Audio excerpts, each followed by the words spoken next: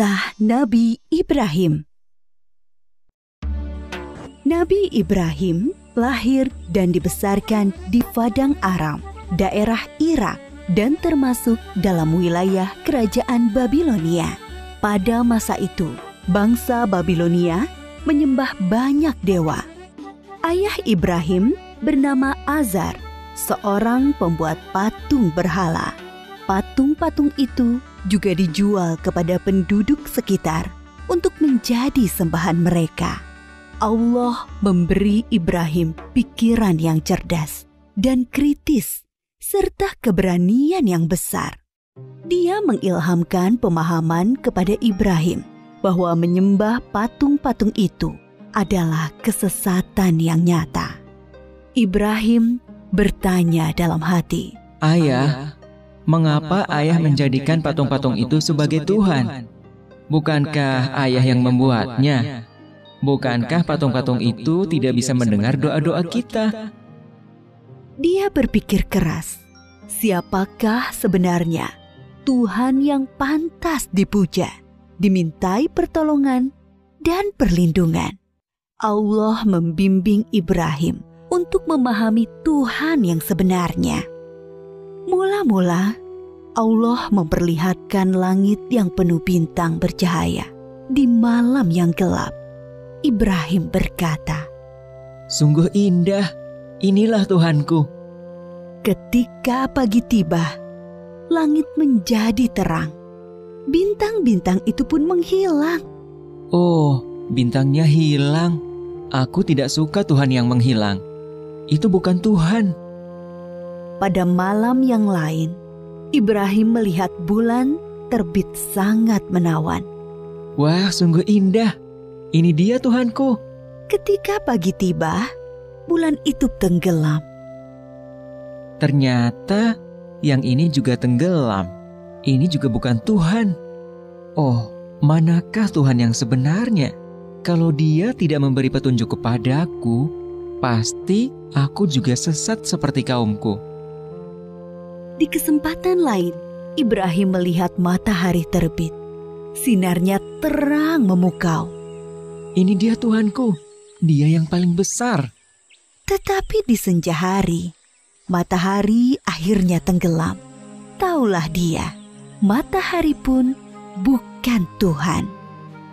"Wahai kaumku, aku tidak mau menyembah Tuhan-Tuhanmu itu. Aku ingin mengabdikan diriku pada pencipta semua ini." Dia berusaha membuka pikiran kaumnya atas kesesatan mereka selama ini. "Paman, patung-patung apa ini? Mengapa semua menyembahnya?" "Dari dulu leluhur kita menyembah Tuhan-Tuhan ini." "Iya benar, bapak-bapak kita pun menyembah semua ini." "Kalau begitu, kalian dan bapak-bapak kalian salah besar." "Hah?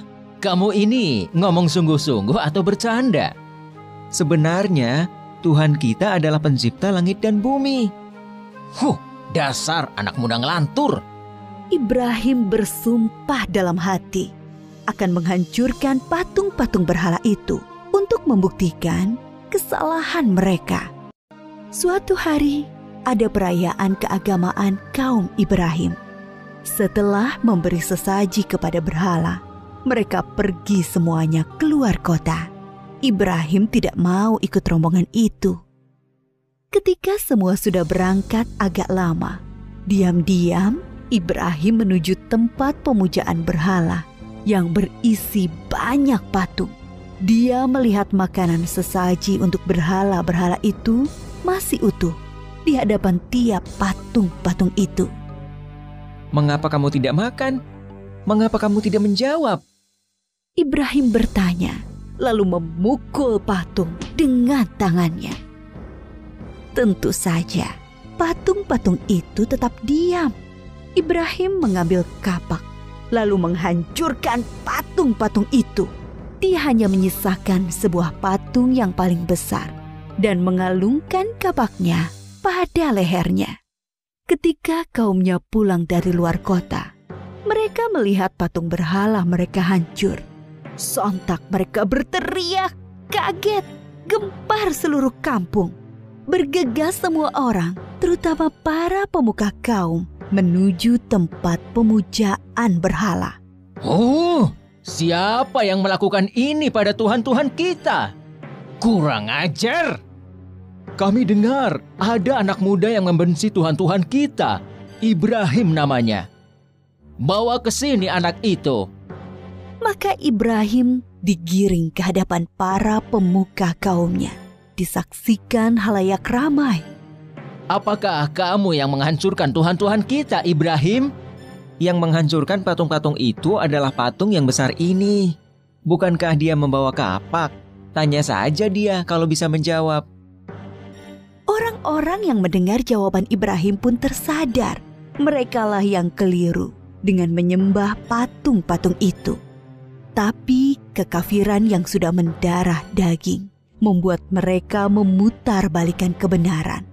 Tentu di sini ada campur tangan setan. Kamu kan tahu, dia tidak bisa bicara, apalagi bergerak menghancurkan patung lain. Berarti kamulah yang melakukannya. Jadi, mengapa kalian menyembah patung yang tidak bisa berbuat apa-apa? Melindungi dirinya sendiri saja tidak bisa, apalagi melindungi kalian. Pemuka-pemuka kaum Ibrahim berunding untuk menghukumnya. Beberapa orang mengusulkan untuk membakar Ibrahim hidup-hidup. Maka penguasa waktu itu, Raja Namrud, memerintahkan untuk membuat bangunan tempat pembakaran Ibrahim di tengah lapang, agar bisa disaksikan orang banyak. Ibrahim diikat, lalu dilemparkan ke dalam api. Api menyala berkobar sangat panas. Allah berfirman, "Hai api, dinginlah dan menjadi keselamatan bagi Ibrahim." Maka ketika kobaran api yang dahsyat telah padam, keluarlah Ibrahim dengan segar bugar, tidak terbakar sedikit pun. Bahkan pakaiannya juga utuh, hanya tali pengikatnya yang musnah terbakar. Ketika sudah diangkat oleh Allah menjadi Rasul, Nabi Ibrahim dengan giat dan sabar mendakwahkan ajaran Allah. Bangsa Babilonia waktu itu menyembah dewa-dewa. Raja mereka, Raja Namrud, dipercaya sebagai keturunan dewa. Namrud adalah seorang yang cerdas dan kuat kepemimpinannya. Semua itu membuat dia takabur dan berlaku kejam. Dia menganggap dirinya sebagai Tuhan yang harus disembah. Mendengar dakwah Nabi Ibrahim, Raja Namrud mengundang beliau ke istana. Tentu tujuannya untuk menghentikan dan menghukum Nabi Ibrahim. Kemudian Raja Namrud dan Nabi Ibrahim berdebat tentang Tuhan yang patut disembah. Siapakah yang kau anggap Tuhanmu itu, Ibrahim? Apa kekuasaannya? Tuhanku adalah yang menghidupkan dan mematikan. Aku juga menghidupkan dan mematikan. Aku menjatuhkan hukuman pada orang-orang dan aku berkuasa untuk mengampuni dan membiarkan mereka hidup. Allah menerbitkan matahari dari timur. Kalau kau juga Tuhan, terbitkanlah matahari dari barat. Raja Namrud tercengang dan terdiam mendengar jawaban Nabi Ibrahim. Dia kebingungan bagaimana menjawab tantangan Nabi Ibrahim. Demikianlah Nabi Ibrahim berdakwah dengan membuka akal pikiran manusia tentang Tuhan seluruh alam. Ada suatu peristiwa ajaib yang menunjukkan maha kuasanya Allah. Setelah Nabi Ibrahim diangkat menjadi Rasul, yaitu ketika beliau bermunajat kepada Allah. Ya Rabbi, perlihatkanlah pada hamba bagaimana Engkau menghidupkan yang mati. Allah Subhanahu wa Ta'ala berfirman, "Belum percayakah engkau pada kekuasaanku?" Hamba percaya, tapi hamba ingin hati hamba yakin. Kemudian Allah Subhanahu wa Ta'ala berfirman, "Ambillah 4 ekor burung, lalu potong-potonglah mereka, lalu lemparkan di atas tiap satu bukit 1 bagian, Kemudian, panggillah mereka. Pasti mereka akan datang kepadamu dengan segera. Nabi Ibrahim melakukan yang diperintahkan Allah. Maka keimanannya bertambah mantap.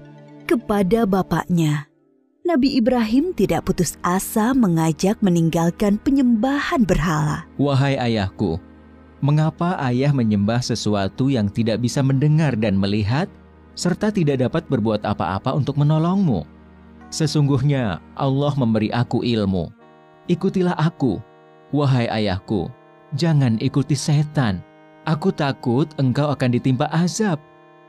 Bencikah kau pada Tuhan-Tuhanku Ibrahim? Diam! Kalau tidak, kau akan aku rajam. Pergilah, tinggalkan aku. Selamat berpisah, ayah. Semoga keselamatan dilimpahkan kepadamu. Aku akan memohonkan ampunan dan hidayah untukmu.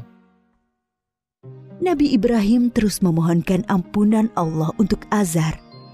Sampai kemudian jelas baginya bahwa Azar tidak mau beriman dan terus memusuhi Allah. Allah melarang memohonkan ampunan bagi orang-orang kafir. Setelah terbukti tidak ada yang beriman di antara kaumnya selain Lut, keponakan beliau dan sanak sepupu beliau yang menjadi istri beliau, Nabi Ibrahim hijrah meninggalkan kampung halamannya di Irak. Atas perintah Allah, beliau menuju Palestina atau Syam bersama istri dan keluarga Lut. Di Palestina, Nabi Ibrahim terus berdakwah kepada penduduk setempat. Sambutan penduduk Palestina terhadap dakwah beliau kurang bagus.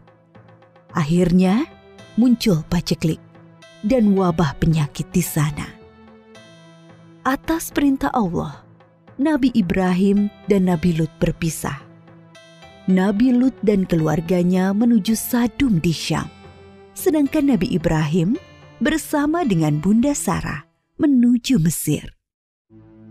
Saat itu, Mesir diperintah oleh sang raja yang zalim, yang menyukai wanita-wanita cantik untuk dijadikan selir-selirnya. Tidak peduli wanita itu bersuami atau tidak. Bila wanita itu bersuami, maka suaminya akan dibunuh. Raja Mesir bermaksud buruk pada Bunda Sarah yang cantik. Maka Nabi Ibrahim berbohong bahwa beliau adalah saudara Sarah, supaya tidak dibunuh oleh raja. Allah menghalangi niat jahat sang raja. Raja mengembalikan Bunda Sarah kepada Nabi Ibrahim dan memberi hadiah seorang pelayan untuk Bunda Sarah. Pelayan istana itu seorang kulit hitam yang santun dan bernama Hajar. Nabi Ibrahim tinggal beberapa lama di Mesir. Dimanapun, Nabi Ibrahim selalu mendakwahkan pengabdian kepada Allah Subhanahu wa Ta'ala.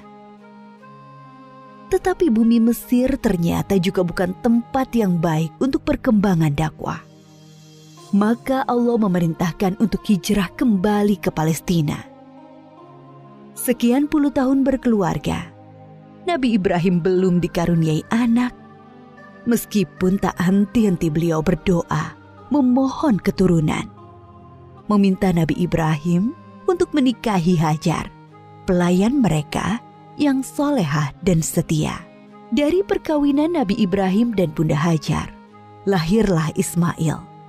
Kebahagiaan Nabi Ibrahim dan Ibunda Hajar ternyata membuat tidak nyaman pikiran Bunda Sarah. Teringat akan dirinya yang mandul, membuat pilu hati beliau. Nabi Ibrahim menyadari dan memahami situasi ini. Allah memerintahkan beliau menempatkan Ismail dan ibunya terpisah dengan Bunda Sarah. Suatu hari, Nabi Ibrahim menyuruh Bunda Hajar untuk berkemas-kemas. Mereka akan mengadakan perjalanan jauh. Ismail yang masih menyusu pada ibunya tentu dibawa pula. Mereka melintasi rute yang panjang dan akhirnya sampailah ke suatu tempat yang sangat gersang. Tidak ada pohon-pohonan tempat bernaung, udaranya pun panas Yang ada hanyalah hamparan pasir dan bukit-bukit berbatu. Nabi Ibrahim turun dari kendaraannya, kemudian menurunkan istri dan anaknya. Tanpa berkata apa-apa, beberapa saat kemudian beliau beranjak dan pergi meninggalkan keluarganya. Ibunda Hajar yang melihat keanehan ini segera berteriak memanggil, "Ibrahim, hendak kemana? Kenapa kau biarkan kami sendirian di sini?" Nabi Ibrahim tidak menjawab, hanya menunduk terus berjalan. "Ibrahim, apakah ini perintah Allah?" Iya. "Kalau begitu aku yakin Allah tidak akan membiarkan kami." Ibunda Hajar begitu sabar dan ridho pada keputusan Allah.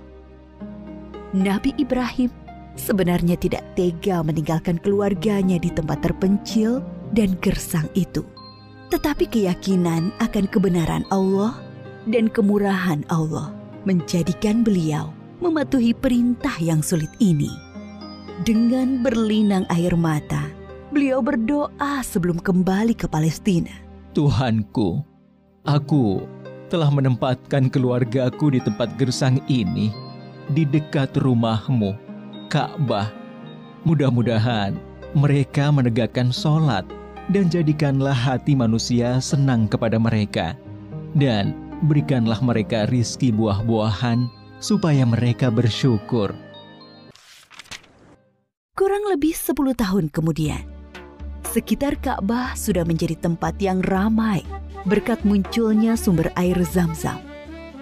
Banyak orang bermukim di sana. Ibunda Hajar dan Ismail sangat dihormati oleh penduduk karena mereka dianggap pemilik sumber air itu. Ismail tumbuh menjadi anak yang tampan, santun, dan sabar. Suatu ketika, Nabi Ibrahim mengunjungi keluarganya di Mekah. Setelah beberapa lama tinggal di sana, suatu malam beliau bermimpi menyembelih Ismail. Nabi Ibrahim termangu-mangu memikirkan mimpinya. Wahyu dari Allah atau godaan setan? 2 malam berikutnya, mimpi yang sama terulang. Maka pagi harinya, setelah mimpi yang ketiga, beliau yakin ini perintah Allah yang harus dilaksanakan walaupun terasa sangat berat di hati. Nabi Ibrahim bermusyawarah dengan keluarganya tentang mimpi itu. Anakku, aku melihat dalam mimpi, aku menyembelihmu. Pikirkan, apa pendapatmu? Ismail sangat memahami bahwa ayahnya adalah Nabi Allah. Mimpi para nabi adalah wahyu ilahi. Dengan mantap dia menjawab, Ayah, laksanakan perintah Allah. Insya Allah, aku akan sabar menerimanya. Bertambah rasa syukur Nabi Ibrahim. Bertambahlah kecintaan kepada anaknya. Bertambah mantap pula hati beliau melaksanakan perintah yang sulit itu. Berangkatlah Nabi Ibrahim dan Ismail menuju Mina, tempat penyembelihan. Sepanjang jalan, iblis menggoda mereka agar mengurungkan niat pengorbanan Ismail. Ibrahim, dasar ayah tidak punya perasaan.